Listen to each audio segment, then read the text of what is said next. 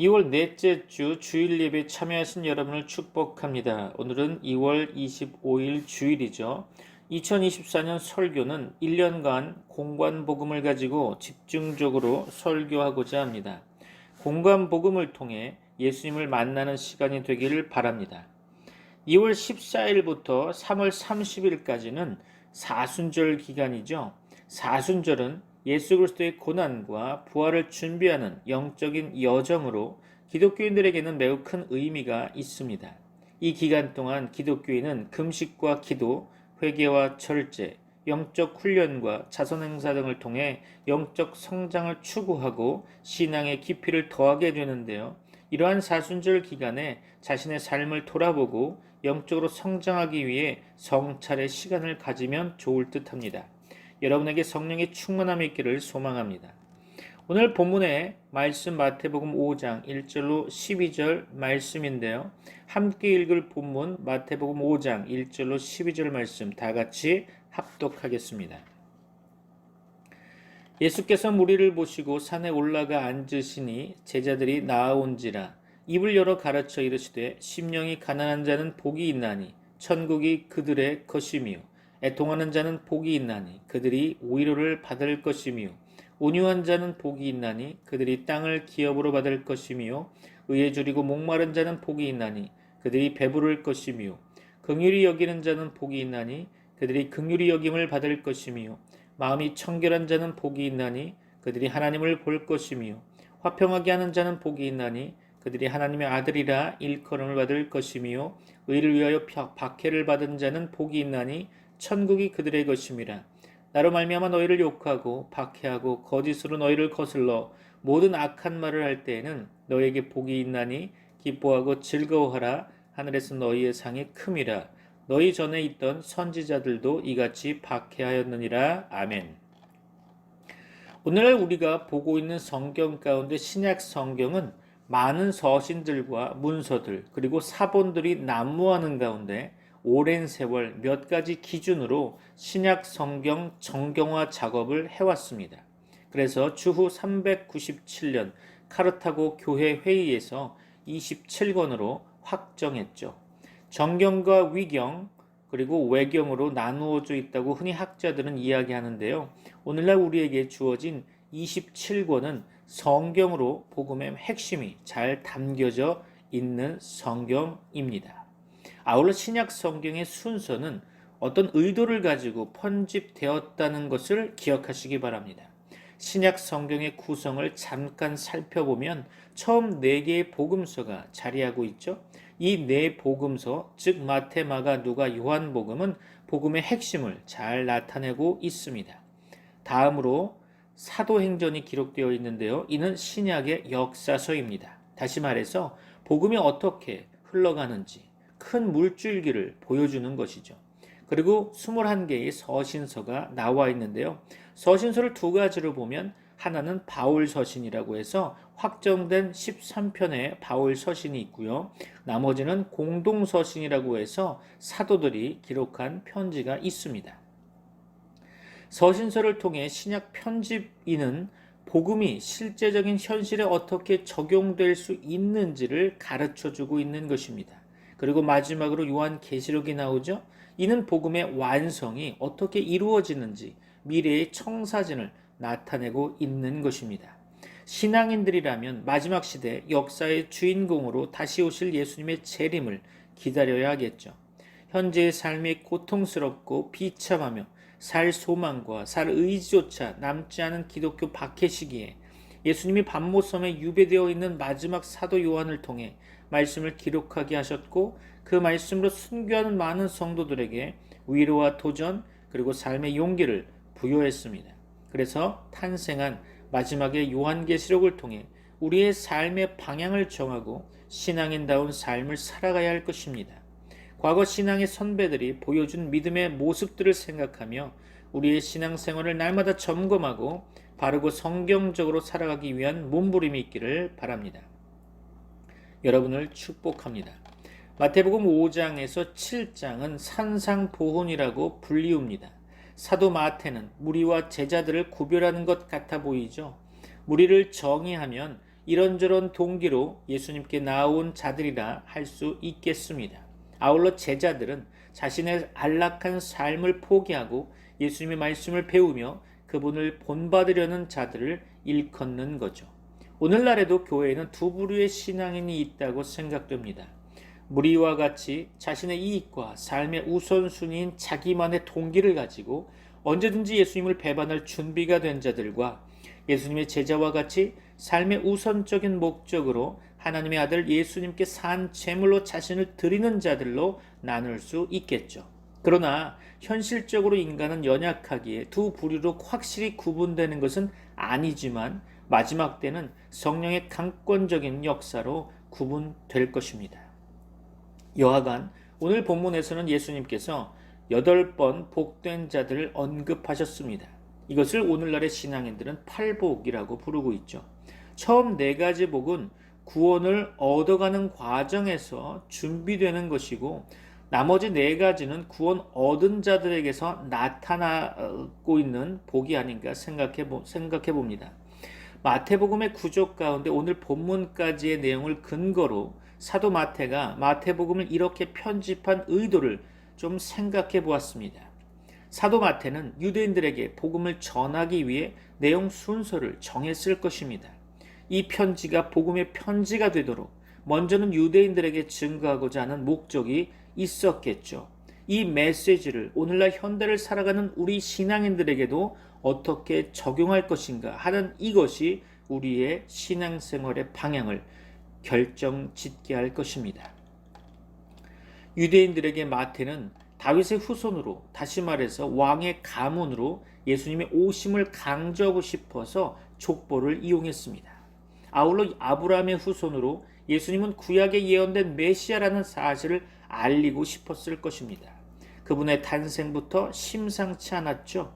족보를 통해 이방인 여인마저 이례적으로 족보에 기입함으로 복음이 유대인들에게서부터 시작되어 이방인들에게도 증거될 것을 알리려 했던 것 같습니다.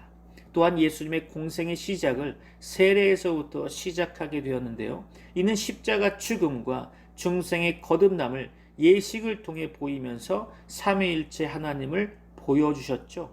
세례받고 물가로 나오는 예수님께 성령의 비둘기같이 임함과 하늘에서 하나님 아버지의 음성까지 이분이 메시아 그리스도이심을 공식적으로 나타내면서 아울러 현실의 신앙인들에게도 세례의 의미를 다시 알려주는 계기를 마련하였죠. 그리고 마태복음 4장에서 세례 이후에 성령에 이끌려 광야로 나가 40일을 모세와 같이 금식하면서 마귀에게 시험을 받는 장면은 과거 이스라엘 백성들은 모세와 함께 홍해를 건너는 세례 의식을 거행하고 광야 40년 가운데 출애굽한 아비사대가 모두 사단의 여러 시험을 이기지 못하고 죽음을 맞이하게 되었는데 예수님은 그 시험을 이기셨다는 것을 강조하고 싶었을 것입니다. 마가복음에서는 예수님의 광야 시험 언급을 간단히 했지만 마태복음은 이 부분을 두드러지게 자세히 언급한 것을 보면 무언가 의도가 있었던 것으로 보여집니다. 그리고 시험을 이기신 예수님이 오늘날 현실을 살아가는 우리 신앙인들에게 적용해 본다면 예수님이 마귀의 시험을 이기셨으니 믿는 자들이 예수님을 의지하면 능히 마귀의 유혹을 이길 수 있다는 것을 알리는 것이 아닐까요? 여러분, 우리는 마귀를 이길 수 있는 능력이 없습니다. 그러나 예수님만이 마귀의 시험을 이기시고 오늘날 우리를 돕기 위해 보혜사 성령을 보내주신 줄 믿으시기 바랍니다. 여러분에게 하나님의 은혜와 복이 가득 넘치기를 소망합니다. 그리고 마귀의 시험을 이기고 나서 예수님은 바로 복음을 증거하셨죠. 회개하라, 천국이 가까이 왔느니라.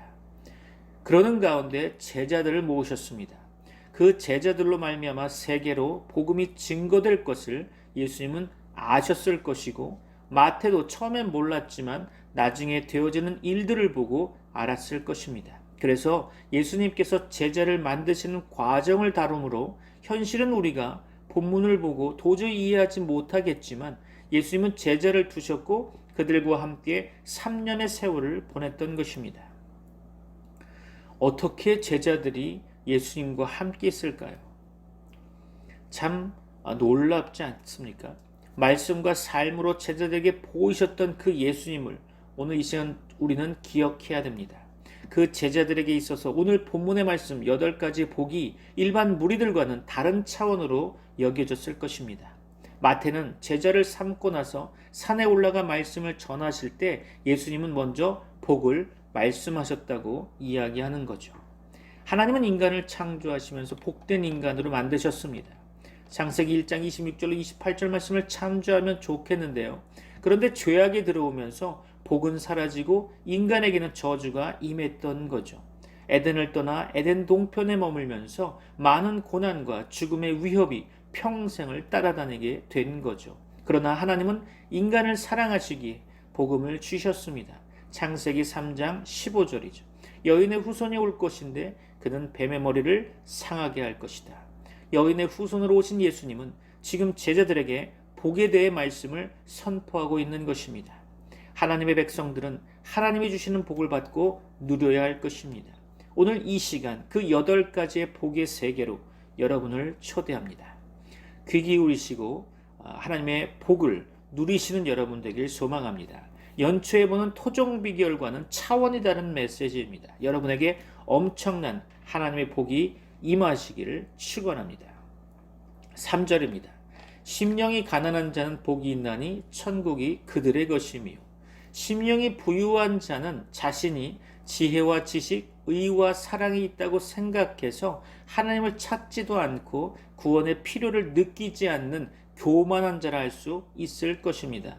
그런데 그와 반대로 심령이 가난하다고 하는 그 가난한 자는 자신이 지혜와 지식, 의와 사랑의 부족함을 깨달아 하나님을 찾고 구원의 필요를 느끼는 겸손한 자일 것입니다.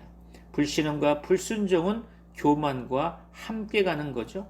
교만은 하나님 대신 자신을 높이고 신뢰하는 것이기 때문이죠.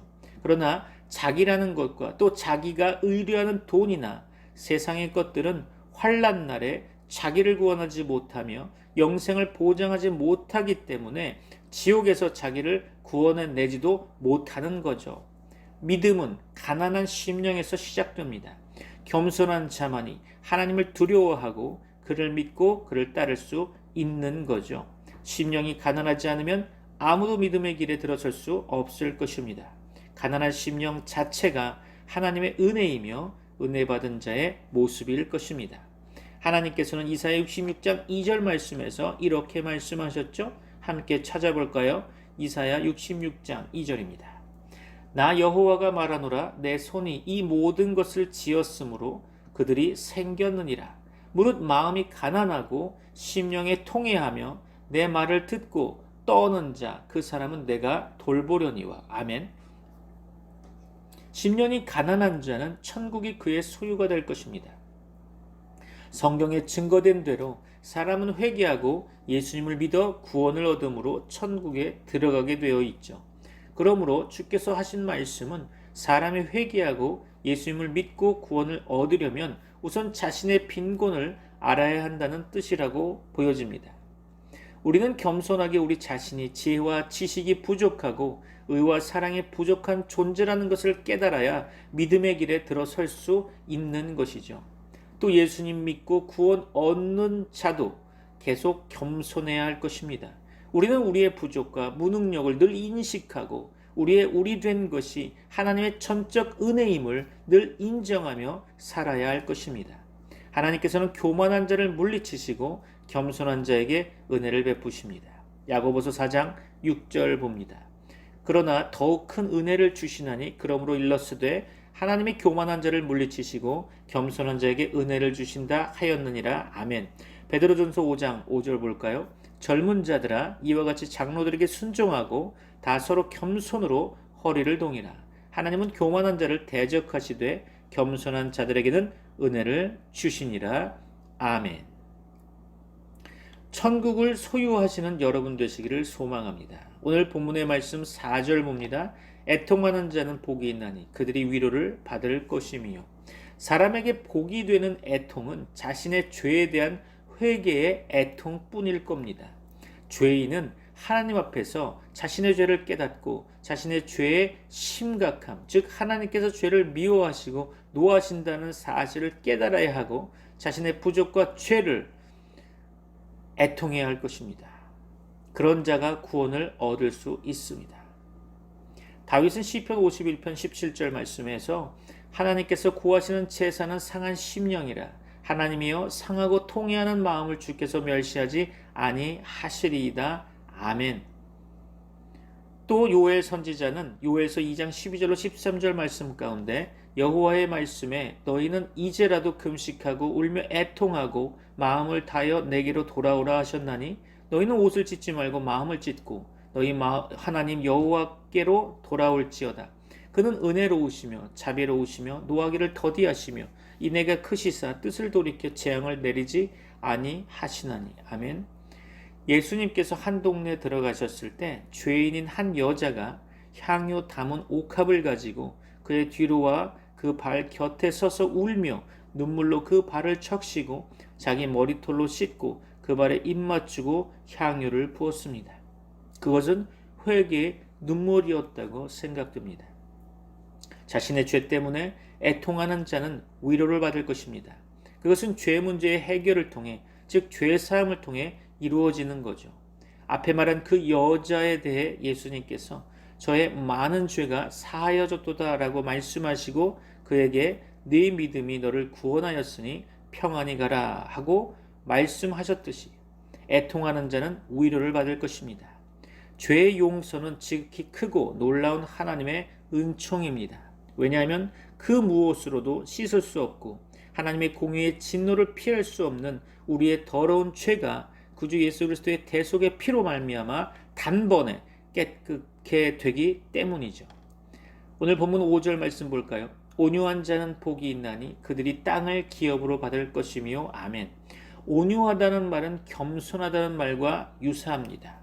그것은 교만함과 완고함, 패역함과 목이 고듦과는 반대되는 의미죠.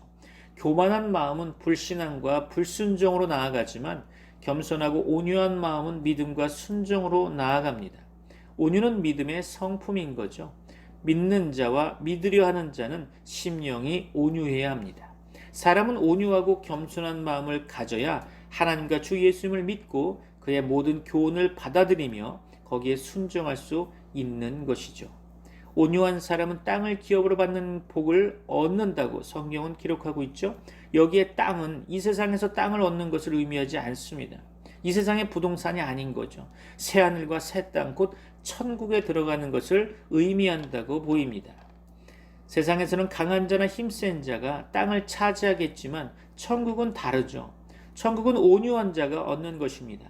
온유한 자만 주 예수 그리스도를 영접하고 믿을 것이기 때문입니다.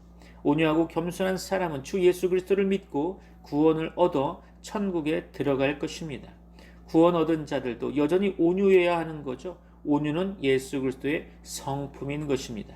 예수님께서는 마태복음 11장 29절 말씀에 나는 마음이 온유하고 겸손하니 나의 멍에를 메고 내게 배우라 그리하면 너희 마음이 쉼을 얻으리니 라고 말씀하셨습니다.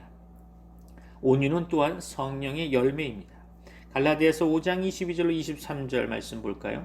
오직 성령의 열매는 사랑과 희락과 화평과 오래참과 자비와 양손과 충소가 온유와 절제니 이 같은 것을 금지할 법이 없느니라. 아멘. 확인하셨죠? 그러므로 사도 바울은 에베소서 4장 2절 말씀에서 모든 겸손과 온유로 하고 오래 참음으로 사랑 가운데서 서로 용납하고 라고 교훈하고 있습니다.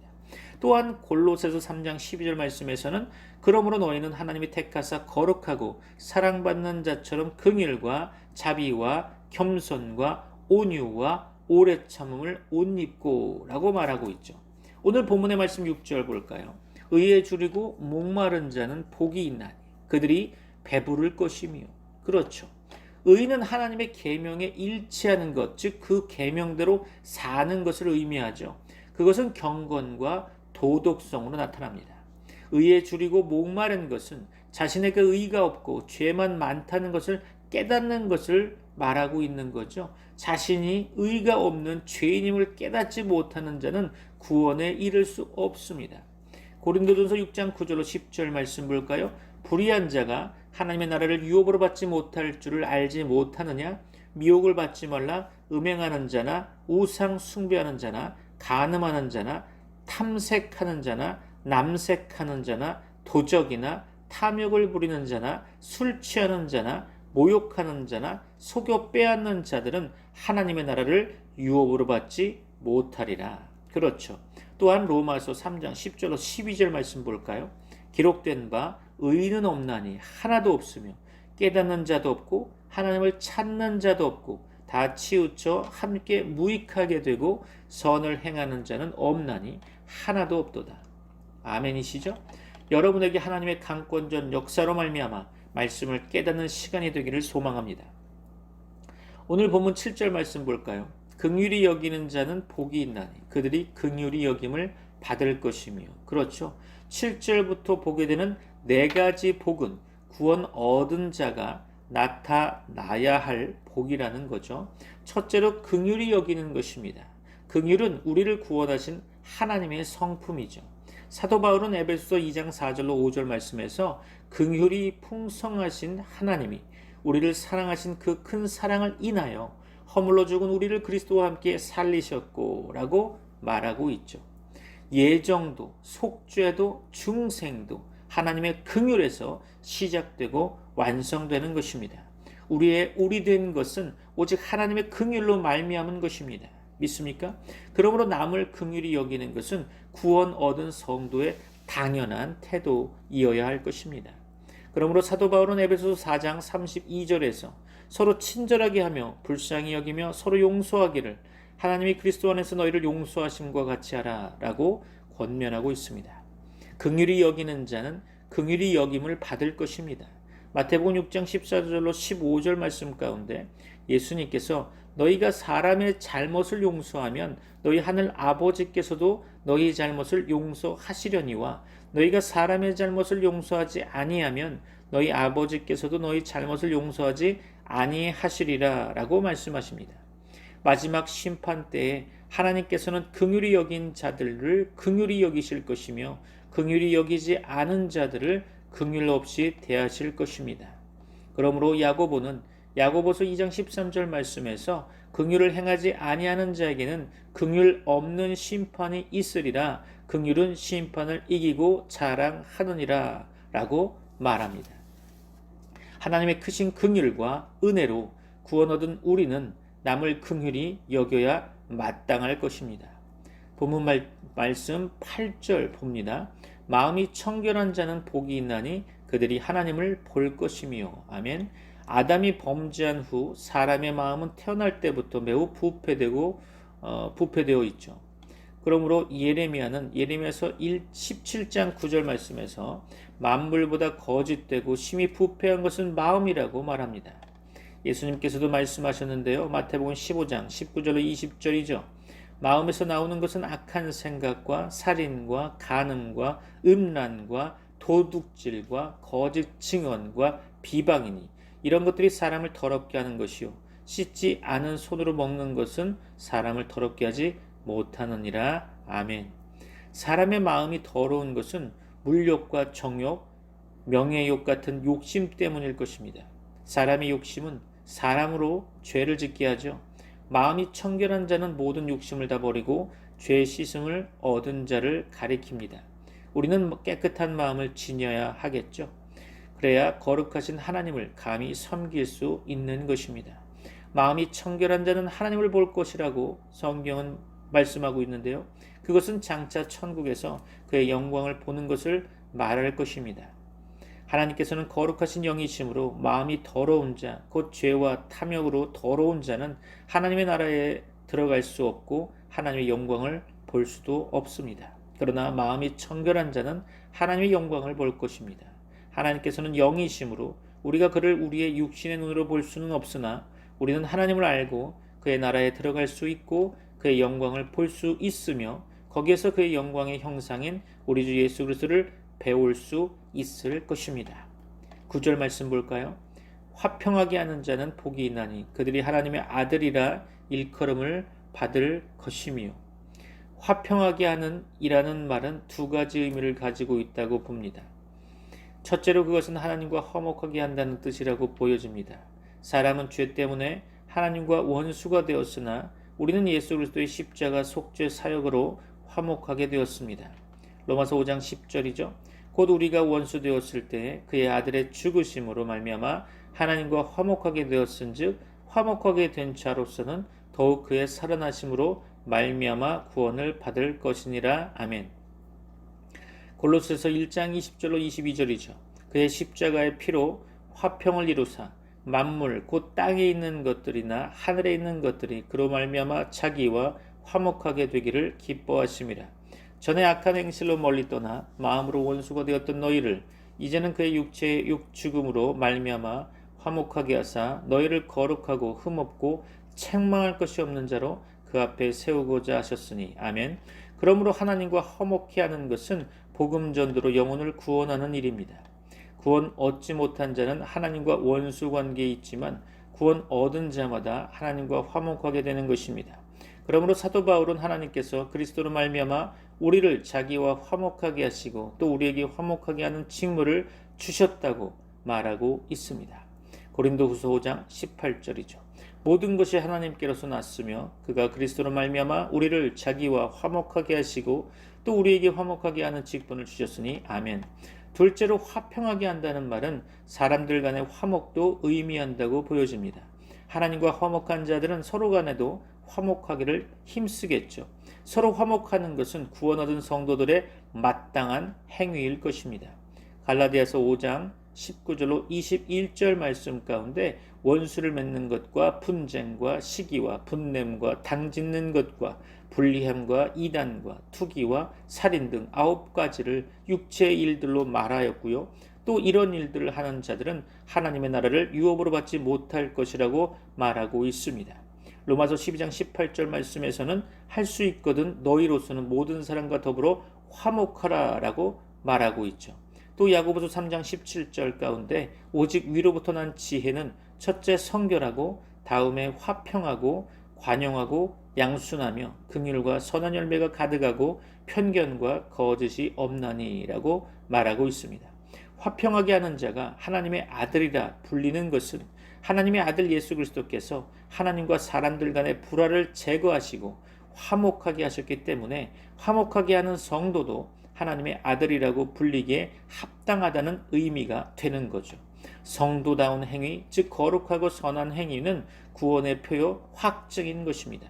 특히 죄인들을 하나님과 화목시키는 전도의 일과 하나님 안에서 서로를 화목시키는 일은 성도다운 선한 일일 것입니다. 마지막으로 본문 10절로 12절 말씀 읽어보겠습니다. 의를 위하여 박해를 받은 자는 복이 있나니 천국이 그들의 것임이라.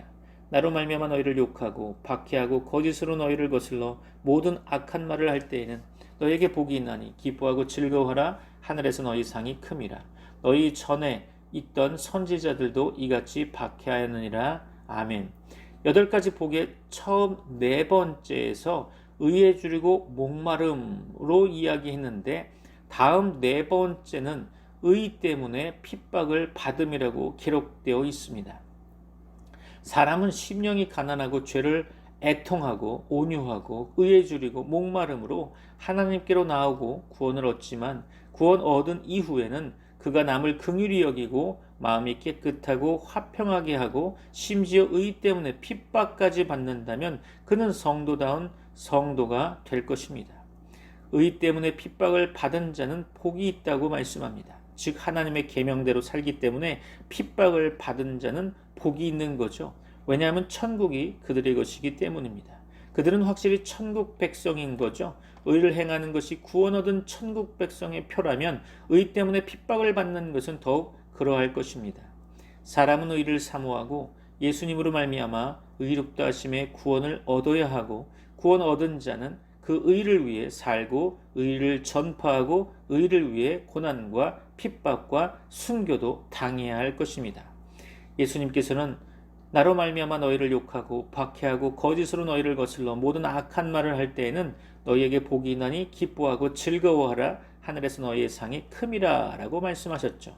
주님께서는 제자들이 예수 그리스도 때문에 욕과 핍박을 받을 것을 내다보셨습니다. 예수 그리스도를 믿고 따르는 것은 쉬운 길이 아닐 것입니다.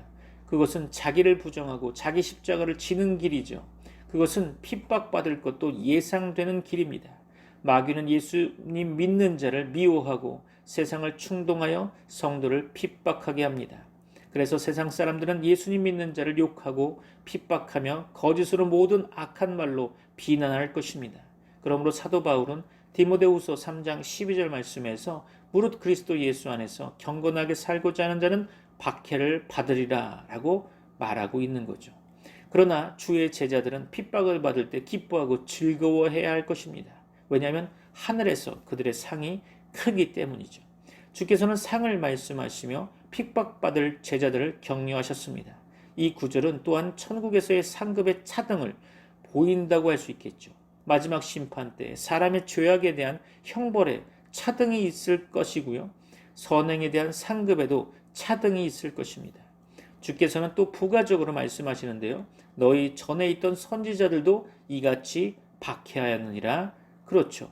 역사상 참 선지자들은 많은 핍박을 받았습니다. 그 이유는 단지 그들이 바른 말을 했기 때문이고요. 그 바른 말이 회개하지 않은 자들은 참된 목회자를 미워하고 핍박하고 비난하게 만드는 거죠. 그러나 하나님께서는 마지막 날 사람들을 공의로 보응하실 것이며 악인들의 악행에 대해 공의로 징벌하실 것입니다. 예수 그리스도를 믿는 믿음 때문에 의 때문에 핍박을 받는다는 것은 구원 얻은 성도의 삶에서 복된 일일 것입니다.